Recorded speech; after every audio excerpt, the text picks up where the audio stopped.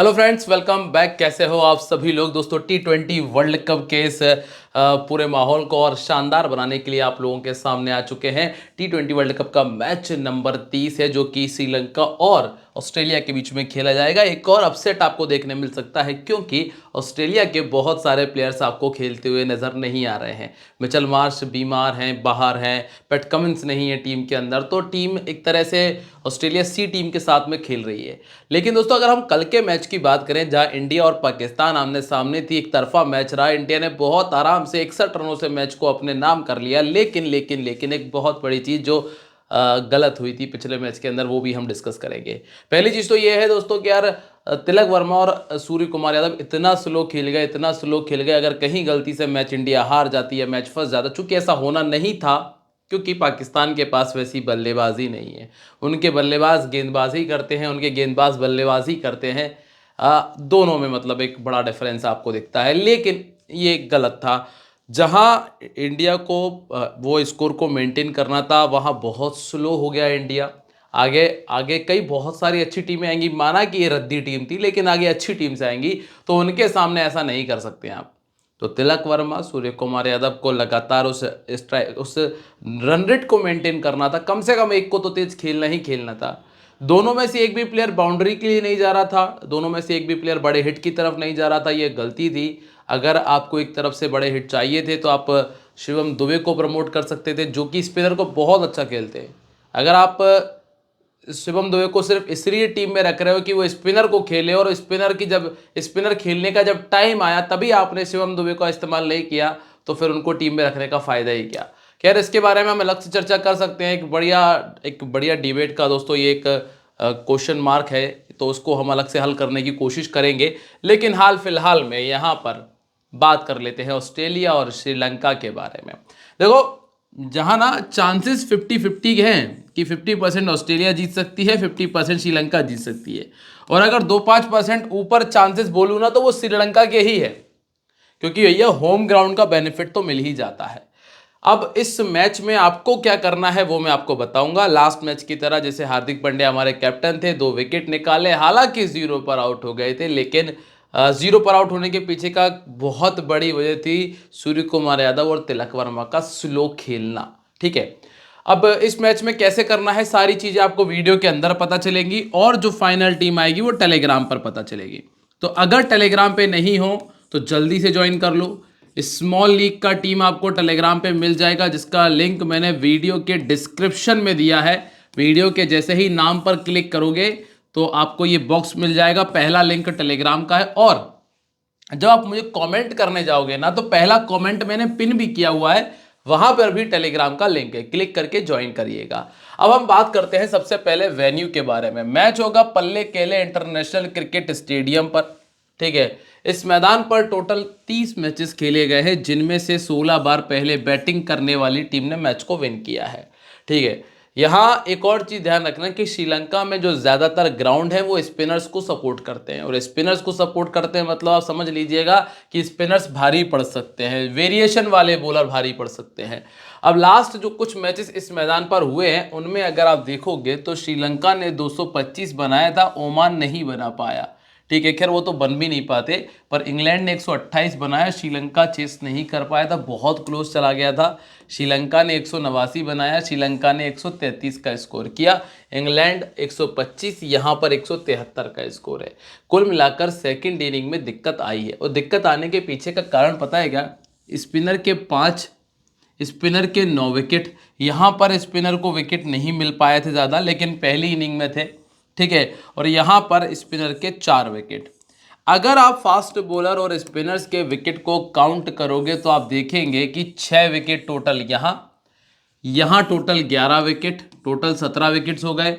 यहाँ पे total 4 wicket, total 21 wicket हो गए। 21 और 5 26 विकेट जो है वो स्पिनर को मिले, सिर्फ स्पिनर को। दोनों इनिंग में काउंट कर ली हमने, पहली और दूसरी दोनों इनिंग काउंट की है। अब आप फास्ट बॉलर्स के विकेट काउंट करें, 5 5 और 8 13 विकेट, 13 और 9 22 विकेट, 22 और 5 27 विकेट। अब आप खुद देखें कि फास्ट बॉलर और स्पिनर्स के विकेट्स में कितना सा डिफरेंस है, सिर्फ और सिर्फ 1 विकेट का डिफरेंस आपको नजर आ रहा है। तो ये चीज आप समझ लें कि भैया यहां पर ना वेरिएशन वाला बॉलर या स्पिनर, ये दो में से आपके लिए आपको पिक करना जरूरी होगा अपनी टीम के सिलेक्शन के लिए। अब आप अगर बात करें कि स्कोर कौन करके देगा, जनरली जब स्पिन विकेट आता है तो हमें यह देखने भी मिलता है कि टॉप ऑर्डर अच्छी बैटिंग कर जाता है, क्योंकि स्पिनर्स आपको नॉर्मली पावर प्ले के बाद नजर आते हैं, वहां तक फास्ट बॉलर्स के सामने जो बल्लेबाज है वो स्कोर कर देते हैं। अब यहाँ पे देखिए कुशल मेंडिस ने 61 बनाया था जो कि नंबर 3 पर बैटिंग कर रहे थे, यहाँ सैम करन नंबर 6 पर थे, यहाँ पे कुशल मेंडिस नंबर 3 पर थे और यहाँ पे पी रत्ना नायके नंबर 4 पर बैटिंग कर रहे थे। अब ऐसी कोई खास कंसिस्टेंसी तो नजर नहीं आई है जिसे हम फॉलो कर सके। सेकेंड इनिंग में नदीम नंबर 4 पर थे, टॉम बेंटन नंबर 4 पर थे, सॉल्ट ओपन कर रहे थे और कुशल मेंडिस नंबर 3 पर थे। या तो ये कह लो कि कुशल मेंडिस ने हर मैच में स्कोर किया है, पहली चीज, या तो आप ये कह सकते हो, या फिर ऐसी कोई कंसिस्टेंसी नहीं नजर आई दोनों इनिंग्स के अंदर कि जिसे हम फॉलो करके उसके उसी नंबर के प्लेयर के पीछे भागे। ठीक है, फास्ट बॉलर स्पिनर्स दोनों जरूरी। अब पावर प्ले के अंदर 2 विकेट आए लेकिन बनाए कितने रन? 60। यहां पर भी 58 रन बने, यहां पर भी 55 रन बने और ये मैच था जब 35 बना। मतलब ये चीज तो हमें बिल्कुल क्लियर है कि अगर आप लोग ट्रेडिंग कर रहे हो तो आपको 55 तो लेके चलना है, 55 तो मान के चलना ही है कि 55 तो बन जाएंगे। सेकेंड इनिंग में आप देखोगे तो 36, 51, 53 और 46। सेकेंड इनिंग में वो स्थिति नहीं है, इसलिए सेकेंड इनिंग में 50 मान के चलना कि 50 बन पाएगा बस। इन दोनों के बीच में पूरे 5 रन का अंतर है, ये ध्यान रखिएगा। ये मत सोचिएगा कि ऐसा कोई खास वो नहीं है, क्योंकि पावर प्ले में सेकेंड इनिंग में थोड़े से रन कम बने हैं। और रही बात विकेट की, तो 2, 1, 1 और 4, मतलब कम से कम 1 और मैक्सिमम 2 की गाड़ी आपको देखने मिल जाएगी। सेकेंड इनिंग में 3, 2, यहां 1 और यहां 2 विकेट। सेकेंड इनिंग में कम से कम 2 विकेट आपको नजर आ सकते हैं पावर प्ले के अंदर। तो ये स्थिति है इस ग्राउंड की। और अगर आपने यहां ये चीज समझ ली ना बेहतर तरीके से, तो आपका एक पैटर्न सही तैयार हो सकता है। आप टॉप ऑर्डर से एक बल्लेबाज को छोड़ के चल सकते हो रिकॉर्ड के बेसिस पे, रिकॉर्ड जो कि मैं आपको आगे दिखाने वाला हूं। अभी हम बात करें अगर दोनों टीमों के हेड टू हेड की, तो ऑस्ट्रेलिया ने ही ज्यादा मैचेस जीते हैं। लास्ट टाइम निशांका ने 40 और असलंका ने 38 बनाया था। यहाँ पे स्टोइनिस का 59 था तो एरन फिंच का 31, फिर वार्नर का 39, स्टोइनिस के 2 विकेट के साथ में 38 रन, स्मिथ चूंकि नहीं है, हेजलवुड चूंकि नहीं है, दसुन का 54 था तो तीक्षाना ने 2 विकेट निकाले थे और ये मैच श्रीलंका ने अपने नाम कर लिया था। अब सबसे पहले अगर हम श्रीलंका के 11 की बात करें तो आपको निशांका, कामिल मिशारा, कुशल मेंडिस, पवन रत्ना नायके, दासुन सनाका, कमिंदु मेंडिस और इसके नीचे दुष्यंत हेमंता और दुलित वेलालगे नजर आते हैं। कायदे से अगर देखें, बिल्कुल समझदारी वाली बात है, तो बैटिंग यहाँ खत्म है। सिर्फ मेन 4 बल्लेबाज हैं। दसुन सनाका को मैं प्रॉपर बल्लेबाज में काउंट नहीं करता हूँ, कभी कभार चल जाते हैं। इसके बाद वैसी ही स्थिति कमिंदु मेंडिस की है, वैसी ही स्थिति दसुन हेमंता की है। ठीक है, कुल मिलाकर ये 4 बल्लेबाजों पर टीम डिपेंड कर रही है। बाकी है गेंदबाज, जिसमें ये सभी गेंदबाजी करते हैं, दसुन भी कर लेते हैं, मेंडिस भी करते हैं, इसके बाद दुनित है, फिर चमीरा है, तीक्षाना, पतिराना इनके पास मौजूद है। नई गेंद के साथ में आपको चमीरा मिलेंगे और इनके साथ में तीक्षाना बॉलिंग करते हुए मिल जाएंगे। और जब बात आएगी डेथ ओवर की तो पतिराना की गेंदबाजी आप देख पाओगे। ठीक, अब इस मैदान के ऊपर कुशल मेंडिस का एवरेज है 28 का और दसुन का एवरेज है सिर्फ 19 का। दसुन के पास 1 विकेट और चमीरा 1 विकेट पहले भी निकाल चुके हैं। अभी सबसे पहले प्रथम की अगर हम बात करें तो दोनों इनिंग्स में मिलाकर टोटल बनाया है 37 रन। ऑस्ट्रेलिया के सामने बैटिंग करने में कोई दिक्कत नहीं आई है। 10 मैचेस में लगभग 300 रन है, मतलब हर एक मैच में लगभग 30 रन तो इन्होंने बनाया है और 50 एक आया है सिर्फ। और पिछले अगर 1 साल की बात करें तो बिल्कुल वैसी ही स्थिति पिछले 1 साल की है और सेकेंड इनिंग में ज्यादा अच्छा खेला है। तो अगर आप निशांका को टीम में रखना चाहते हो तो सेकंड इनिंग आपके लिए एक अच्छी चॉइस रहेगी। ठीक है, लेग स्पिन के सामने 4 बार आउट हुए हैं और जाम्पा जो कि लेग स्पिन डालते हैं पहले इनको 2 बार आउट कर चुके हैं और मार्कस स्टोइनिस भी इनको 2 बार पहले आउट कर चुके हैं। तो अभी के लिए जो निशांका है ये रिस्की पिक है, मतलब स्मॉल लीग में तो जगह नहीं बनती हुई नजर आ रही है। अगर रखना है तो सेकेंड इनिंग में। फिर आते हैं आप कामिल मिशारा, दोनों में मिला के 22 रन। अंतर्राष्ट्रीय में 25 का एवरेज है और जिसमें 350 है। पहले बैटिंग करते हुए 2 बार 50 से ऊपर का स्कोर किया। ऑफ स्पिन के सामने ये 5 बार पहले भी आउट हो चुके हैं और लेफ्ट हैंड बैटिंग करते हैं। पॉसिबिलिटीज हैं कि ग्लेन मैक्सवेल इनको दिक्कत ज़्यादा दे। नंबर 3 पर आपको मिलते हैं कुशल मेंडिस, जो कि दोनों मैचेस में 50 कर चुके हैं। पिछले एक साल में एवरेज 31 का है, लेकिन इनको दिक्कत आई है जब सामने ऑस्ट्रेलिया रही है। ऑस्ट्रेलिया के सामने परेशानियां थी, लेकिन ये इनका होम ग्राउंड है। पहले बैटिंग करते हुए उतना अच्छा रिकॉर्ड नहीं है, सेकंड बैटिंग करते हुए 450 किया है।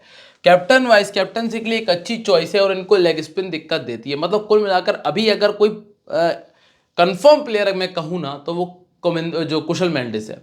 इसके बाद अगला नाम है पवन रत्ना नायक के। 5 मैचेस में 126 है, 25 का एवरेज है और पिछले मैच में 60 का स्कोर किया था, पर टीम जो थी वो सामने वाली वो छोटी थी। इसके बाद दसुन सनाका है। दसुन सनाका बैटिंग कर लेते हैं प्लस आपको गेंदबाजी भी देंगे। मतलब ये ओवरऑल आपके लिए ऑलराउंड परफॉर्मेंस दे सकते हैं, इसीलिए ये दूसरा ऐसा प्लेयर है जो कि बिल्कुल कंफर्म है। राइट आर्म फास्ट बॉलिंग नहीं खेलते बनती, ना ही राइट आर्म मीडियम के सामने कुछ अच्छा किया है। ठीक है, नंबर 4 के बाद नंबर 6 पर आप आएंगे तो कमिंदु मेंडिस मिल जाते हैं, जिनका बैटिंग एवरेज 21 और 350 है। ये लड़का आपके लिए ग्रैंड लीग में काम आ जाएगा। कारण पता है कि अगर श्रीलंका की टीम कोलैप्स करती है तो फिर ये थोड़ा सा रुक कर खेलने का प्रयास करेंगे, प्लस आपको लगभग 1 से 2 ओवर की गेंदबाजी दे जाएंगे। ऑफ स्पिन और लेग स्पिन इनको ज़्यादा समस्या करती है। इसके बाद अगला नाम है दुष्यंत हेमंता का। यहाँ पर अभी आपको दिमाग नहीं लगाना है, इसको छोड़ के आगे बढ़ते हैं। फिर आपको अगला नाम मिलेगा विलालगे का। ये 1 विकेट कम से कम आपको दे जाएगा, तो 1 विकेट के पीछे भी यहाँ नहीं जा रहा हूँ। दुष्मंता चमीरा, ये पहली इनिंग में डेथ ओवर में बॉलिंग करने आ सकते हैं और इसका फायदा इनको मिल जाएगा। 21 में 34 विकेट इनके खाते में दर्ज है, तो पहली इनिंग में ठीक ऑप्शन है। सेकंड इनिंग में उतने अच्छे ऑप्शन नहीं रहेंगे। और अंतिम जो 2 नाम हैं जिसमें एक तीक्षाना है, अगर श्रीलंका कहीं से भी मैच में रहेगी तो सबसे बड़ा रोल रहेगा तीक्षाना का और वानिंदु हसरंगा का। ये 2 ऐसे प्लेयर हैं जो कि कमाल की गेंदबाजी करते हैं। और लास्ट में नाम है पतिराना, जिन्होंने पहली इनिंग में गेंदबाजी करते हुए 10 में 17 हैं, तो सेकंड में 15 में 23 विकेट्स निकाले हुए हैं और डेथ ओवर स्पेशलिस्ट है। अब आप आइए ऑस्ट्रेलिया की तरफ। ऑस्ट्रेलिया के पास में जॉश ट्रेविस, देखो ट्रेविस अभी आउट ऑफ फॉर्म चल रहे हैं, Cameron Green out of form चल रहे हैं, टिम डेविड अच्छे पिक हैं, ग्लेन मैक्सवेल है, मैट रेंशो खड़े भी रहे तो कुछ खास करते नहीं है, मार्कस स्टोइनिस, बेन डुआर्शिस, फिर एलिस जाम्पा और मैट कुनमेन आपको मिल जाएंगे। सबसे पहले अगर हम वेन्यू रिकॉर्ड की बात करें तो इस मैदान पर मैक्सवेल पहले 150 बना चुके हैं, वहीं ट्रेविस हेड ने 45 बनाया हुआ है। अब आप आइए सीधा जॉश इंग्लिश की तरफ। ये अटैकिंग प्लेयर है, 162 का स्ट्राइक रेट है, दोनों इनिंग्स में लगभग आपको 25 रन दे ही चला जाएगा। ठीक है, पहली बैटिंग करते हुए 37 रन बना चुका है। कमजोरी ऐसी कुछ खास है नहीं, हाँ पर स्पिन तो मुश्किल ही खेल पाए ज़्यादातर ऑस्ट्रेलियंस। नंबर 2 पर आपको मिलते हैं ट्रेविस, जो कि दोनों मैचेस में रहे फ्लॉप। एवरेज 27 का है और 4 बार 50 से ऊपर का स्कोर किया, सेकंड बैटिंग करते हुए भी 350 है। ऑफ स्पिन 4 बार आउट हो चुके हैं। इसके बाद ऑर्थोडॉक्स के सामने भी 2 बार इन्होंने अपना विकेट गंवाया है। तो तीक्षाना मौजूद है, दुनित वेलालगे मौजूद है, लेफ्ट हैंड बैटिंग करते हैं, जनरली वो समस्या रहती भी है। फिर आप आएंगे कैमरून की तरफ, उतना कुछ खास नहीं कर रहे, 38 का एवरेज है और 450 है। पहले बैटिंग करते हुए ऐसा कुछ विशेष नहीं किया है, लेकिन सेकंड इनिंग में अच्छी बैटिंग की है और 9 विकेट ये निकाल चुके हैं। अगर टीम पहले बैटिंग कर रही है, थोड़ा सा नीचे आ जाओ, टिम डेविड को रखो और नीचे आ जाओ, मैक्सवेल को पटको, स्टोइनिस को पटक लीजिएगा। और टिम डेविड ने जब पहले बैटिंग की है तो 250 की है, एवरेज 37 का है और पिछले कुछ समय में लगभग सभी की पिटाई करके आए हैं।